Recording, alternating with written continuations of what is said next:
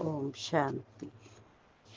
मीठे बच्चे, हाँ मीठे मीठे बाप दादा। बाप आए तो मैं रावण राजा से लिबरेट कर सदगति देने, नरकवासियों को स्वर्गवासी बना। प्रश्न, बाप ने तुम भारतवासी बच्चों को कौन कौन सी स्मृति दिलाई? उत्तर, है भारतवासी बच्चे, तुम स्वर्गवासी थे। आज से 5000 वर्ष पहले भारत स्वर्ग था। हीरे सोने के महल थे। तुम सारे विश्व के मालिक थे। धरती आसमान सब तुम्हारे थे। भारत शिव बाबा का स्थापना किया हुआ शिवालय था। वहाँ पवित्रता थी। अब फिर से ऐसा भारत बनने वाला है। गीत, नयनहीन को राह दिखाओ प्रभु जी। ओम शांति। मीठे मीठे रूहानी बच्चों, आत्माओं ने यह गीत सुना। किसने कहा? आत्मा के रूहानी बाप ने। तो रूहानी बाप को रूहानी बच्चों ने कहा कि हे बाबा। उनको ईश्वर भी कहा जाता है, पिता भी कहा जाता है। कौन सा पिता? परम पिता। क्योंकि बाप दो हैं, एक लौकिक, दूसरा पारलौकिक। लौकिक बाप के बच्चे पारलौकिक बाप को पुकारते, हे बाबा। अच्छा, बाबा का नाम शिव, वह तो निराकार पूजा जाता है। उनको कहा जाता है सुप्रीम फादर। लौकिक बाप को सुप्रीम नहीं कहा जाता। ऊंच तो ऊंच सभी आत्माओं का बाप एक ही है। सभी जीव आत्माएं उस बाप को याद करती हैं। आत्माएं यह भूल गई हैं कि हमारा बाप कौन है। पुकारते हैं, ओ गॉड फादर, हम नयनहीन को नयन दो, तो हम अपने बाप को पहचाने। भक्ति मार्ग की ठोकरों से छुड़ाओ। सदगति के लिए तीसरा नेत्र लेने लिए बाप से मिलने के लिए पुकारते हैं। क्योंकि बाप ही कल भारत में आकर भारत को स्वर्ग बनाते। अभी कलयुग है, कलयुग के बाद सतयुग आना है। यह है पुरुषोत्तम संगम युग। बेहद का बाप आकर जो पति भ्रष्टाचारी बन गए हैं, उनको पुरुषोत्तम बना दे। यह लक्ष्मी नारायण पुरुषोत्तम भारत में थे। लक्ष्मी नारायण की डिनेस्टी का राज्य था। आज से 5000 वर्ष पहले सतयुग में श्री लक्ष्मी नारायण का राज्य था। यह बच्चों को स्मृति दिलाते। तुम भारतवासी आज से 5000 वर्ष पहले स्वर्गवासी थे। अब तो सब नरकवासी हैं। आज से 5000 वर्ष पहले भारत हेवन था। भारत की बहुत महिमा थी। हीरे सोने के महल थे। अभी तुम जो तो कुछ भी नहीं है। उस समय और कोई धर्म नहीं था, सिर्फ सूर्यवंशी ही थे। चंद्रवंशी भी पीछे आते हैं। बाप समझाते हैं, तुम सूर्यवंशी डिनेस्टी के थे। अभी तक भी इन लक्ष्मी नारायण के मंदिर बनाते रहते। परंतु लक्ष्मी नारायण का राज्य कब था, कैसे पाया, यह किसको पता नहीं। पूजा करते जानते नहीं तो ब्लाइंड फेथ हुआ ना। शिव की लक्ष्मी नारायण की पूजा करते हैं, बायोग्राफी को भी नहीं जानते। अभी भारतवासी खुद कहते हैं, हम पतित हैं। हम पतितों को पावन बनाने वाला बाबा आओ, आकर हमको दुखों से, रावण राज्य से लिबरेट करो। बाप ही आकर सबको लिबरेट करते हैं। बच्चे जानते हैं सतयुग में बरोबर एक राज्य था। बाबूजी भी कहते थे कि हमको फिर से राम राज्य चाहिए। गृहस्थ धर्म जो पतित बन गया है सो पावन चाहिए। हम स्वर्गवासी बनने चाहते हैं। अभी नरकवासियों का क्या हाल है, देख रहे हो ना। इसको कहा जाता है हेल, हेवन, वर्ल्ड। यही भारत डीटी वर्ल्ड था। बाप बैठ समझाते हैं, तुमने 84 जन्म लिए हैं, न कि 84 लाख। बाप समझाते, तुम असल शांति धाम के रहने वाले हो। तुम यहाँ पाठ बजाने आए हो। 84 जन्मों का पाठ बजाया है। पुनर्जन्म तो जरूर लेना पड़े ना। पुनर्जन्म 84 होते हैं। अब बेहद का बाप आए हैं, तुम बच्चों को बेहद का वर्षा दे। बाप, तुम बच्चों आत्माओं से बात कर रहे हैं और सत्संगों में मनुष्यों को भक्ति मार्ग की बातें सुनाते। आधा कल भारत जब स्वर्ग था तो एक भी पतित नहीं था। इस समय एक भी पावन नहीं। यह है ही पतित दुनिया। गीता में श्री कृष्ण भगवान आज लिख दिया है। उसने तो गीता सुनाई नहीं। ये लोग अपने धर्म शास्त्र को भी नहीं जानते, अपने धर्म को ही भूल गए। हिंदू कोई धर्म नहीं है। धर्म मुख्य है 4। पहले आदि सनातन देवी देवता धर्म सूर्यवंशी और चंद्रवंशी दोनों को मिलाकर कहा जाता है। देवी देवता धर्म डिटिज्म वहां दुख का नाम नहीं था। 21 जन्म तो तुम सुखधाम में थे, फिर रावण राज्य।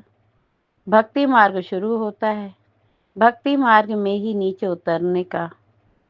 भक्ति है रात, ज्ञान है दिन, अभी है घोर अंधियारे रात। शिव जयंती और शिवरात्रि दोनों अक्षर आते हैं। शिव बाबा कब आते हैं? जब रात्रि होती है, भारतवासी घोर अंधियारे में आ जाते हैं, तब बाप आते हैं। गुड़ियों की पूजा करते रहते हैं, एक की भी बायोग्राफी नहीं जानते। यह भक्ति मार्ग के शास्त्र भी बनने ही है। यह ड्रामा सृष्टि चक्र को भी समझना है। शास्त्रों में यह नॉलेज नहीं है, वह है भक्ति का ज्ञान, फिलॉसफी। वह कोई सदगति मार्ग का ज्ञान नहीं है।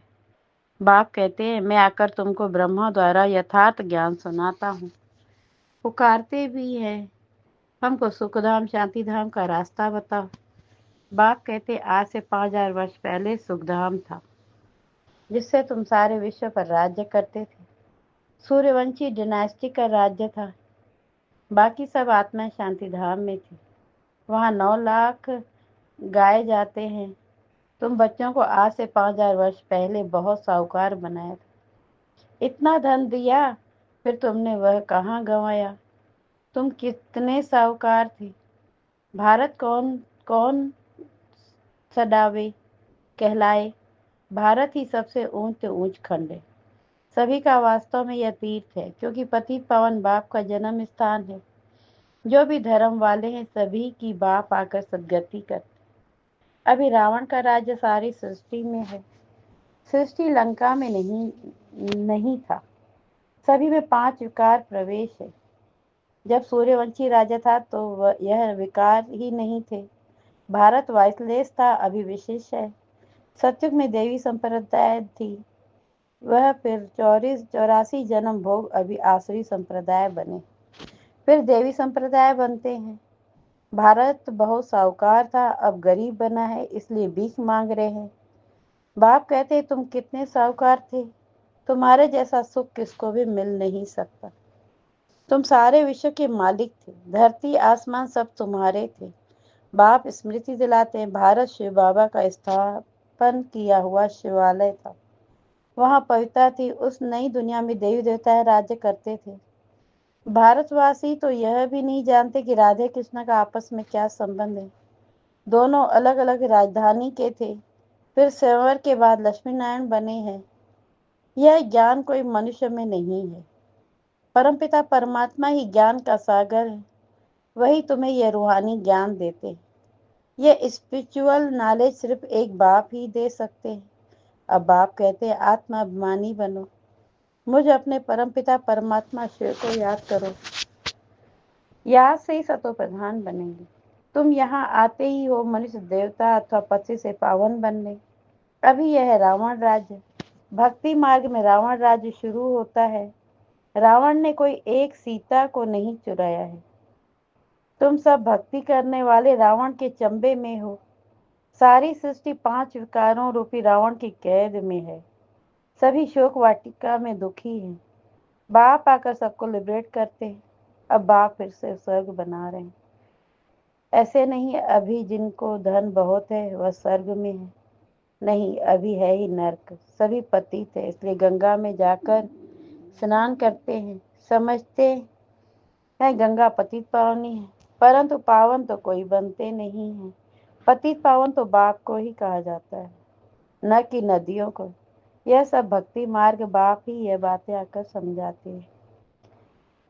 अब तुम यह तो जानते हो, एक है लौकिक बाप, दूसरा है प्रजापिता ब्रह्मा अलौकिक बाप, और वह है पारलौकिक बाप। 3 बाप है। शिव बाबा प्रजापिता ब्रह्मा द्वारा ब्राह्मण धर्म स्थापन करते हैं। ब्राह्मण को देवता बनाने के लिए राजयोग सिखलाते हैं। एक ही बार बाप आकर आत्माओं को राजयोग सिखलाते हैं। आत्माएं पुनर्जन्म लेती हैं। आत्मा ही कहती है, मैं एक शरीर छोड़ दूसरा लेती हूँ। बाप कहते हैं, अपने को आत्मा समझ मुझ बाप को याद करो तो तुम पावन बनेंगे। कोई भी देहधारी को याद नहीं करो। अभी यह है मृत्युलोक का अंत। अमरलोक की स्थापना हो रही है, बाकी सब अनेक धर्म खलास हो जाएंगे। सतयुग में एक ही देव देवता धर्म था, फिर त्रेता में चंद्रवंशी राम सीता। तुम बच्चों को सारे चक्र की याद दिलाते हैं। शांतिधाम सुखधाम की स्थापना करते ही हैं बाप। मनुष्य मनुष्य को सदगति दे नहीं सकते, वह सब है भक्ति मार्ग के गुरु। भक्ति मार्ग में मनुष्य अनेक प्रकार के चित्र बनाए पूजा कर फिर जाकर कहते हैं डूब जा डूब जा। बहुत पूजा करते, खिलाते पिलाते, अब खाते तो ब्राह्मण लोग हैं। इनको कहा जाता है गुड़ियों की पूजा। कितनी अंदर श्रद्धा है, अब उन्हों को कौन समझावे। बाप कहते हैं अभी तुम हो ईश्वरी संतान, तुम अभी बाप से राजयोग सीख रहे हो। यह राजधानी स्थापन हो रही है, प्रजा तो बहुत बननी है। कोटों में कोई राजा बनते हैं। सतयुग को कहा जाता है फूलों का बगीचा, अभी है कांटों का जंगल। अभी रावण राज्य बदल रहा है, यह विनाश होना ही है। यह नॉलेज अभी सिर्फ तुम ब्राह्मणों को मिलती है, लक्ष्मी नारायण को भी यह ज्ञान नहीं रहता। यह ज्ञान प्राय लोप हो जाता है। भक्ति मार्ग में कोई भी बाप को जानते ही नहीं। बाप ही रचता है, ब्रह्मा विष्णु शंकर भी रचना है। परमात्मा सर्वव्यापी कहने से सब बाप हो जाते। वर्षे का हक नहीं रहता, बाप तो आकर सभी बच्चों को वर्षा देते। स्वर का सद्गतदाता एक ही बाप है, यह भी समझाया है। 84 जन्म वह लेते हैं जो पहले पहले सतयुग में आते हैं। क्रिश्चियन लोग के जन्म कितने होंगे, करके 40 जन्म होंगे, यह हिसाब निकाला जाता है। एक भगवान को ढूंढने के लिए कितने धक्के खाते हैं। अभी तुम धक्के नहीं खाएंगे, तुमको सिर्फ एक बाप को याद करना है। यह है याद की याद, यह है पतित पावन गॉड फादरली यूनिवर्सिटी। तुम्हारी आत्मा पढ़ती है, साधु संत फिर कह देते आत्मा निर्लेप है। अरे आत्मा को ही कर्मों अनुसार दूसरा जन्म लेना पड़ता है। आत्मा ही अच्छा व बुरा काम करती है। इस समय तुम्हारा कर्म विकर्म होता है। सतयुग में कर्म अकर्म होते हैं, वहां विकर्म होता नहीं। वह है पुण्य आत्मा की दुनिया। यह सब समझने और समझाने की बातें। अच्छा, मीठे मीठे से खिला देवे नंबरवार प्रसाद अनुसार कांटे से फूल बनने वाले बच्चों प्रति माता पिता बाप दादा का याद प्यार और गुड मॉर्निंग गुड मॉर्निंग। रूहानी बाप की रूहानी बच्चों को नमस्ते नमस्ते नमस्ते।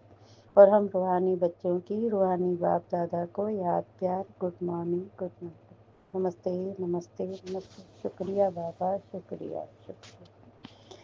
धारणा के लिए मुख्य सार। कांटे से फूल बन फूलों का बगीचा सतयुग स्थापन करने की सेवा करनी, कोई भी बुरा कर्म नहीं करना। रूहानी ज्ञान तो बाप से सुना है, वही सबको सुना है। आत्माभिमानी बनने की मेहनत करनी, एक बाप को ही याद कर, किसी देहधारी को नहीं। वरदान।